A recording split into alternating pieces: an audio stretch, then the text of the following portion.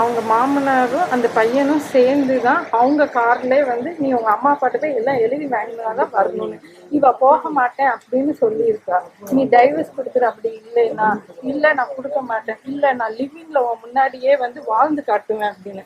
அவர் அப்பாட்ட பேசுனா அவர் வந்து என் தொழிலே உண்மையை பொய்யா சொல்றதும் பொய்யை உண்மையா சொல்றது தான் இருக்கு. நான் எனக்கு பிஜேபி சப்போர்ட் இருக்குது.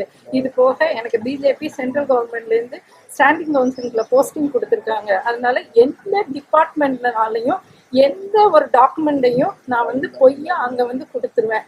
உண்மையா இருக்கிறத பொய்யாக்குவேன், பொய்யா இருக்கிறத உண்மையாக்குவேன். இதுக்கு நீங்க சப்போர்ட் பண்ணல அப்படின்னா உங்களை யாரும் வாழ விடவே மாட்டேன். எனக்கு பிஸ்னஸ் எழுதி கொடுத்தே ஆகணும். ஏன்னா நாங்க இருக்கிறது ஃபுட் இண்டஸ்ட்ரி.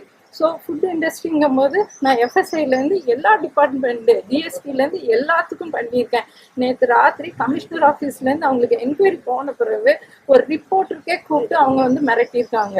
நீங்கள் இங்கே வந்து இருக்கும்போது எத்தனை ஃபோன் கால்ஸ் நீங்களே வந்ததை பார்த்துருக்கீங்க. எல்லாத்தையும் நேற்று எனக்கு மிரட்டிட்டு டெலீட் பண்ணிட்டு இன்னைக்கு காலையில் சாரி அப்படின்னு சொல்லி அகெயின் வந்து மெசேஜ். இது எல்லாத்தையுமே உங்கள்கிட்ட நான் காட்ட தான் செஞ்சேன். இதுக்கு முன்னாடி பண்ண எல்லா இதுக்குமே ப்ரூஃப் எல்லாமே கன்சர்ன் டிபார்ட்மெண்ட்லேயும் கொடுத்துருக்கோம். சிஎம் செல்லுக்குமே நேற்று வந்து இந்த இதை வந்து நாங்கள் ரிஜிஸ்டர் பண்ணியிருக்கோம்.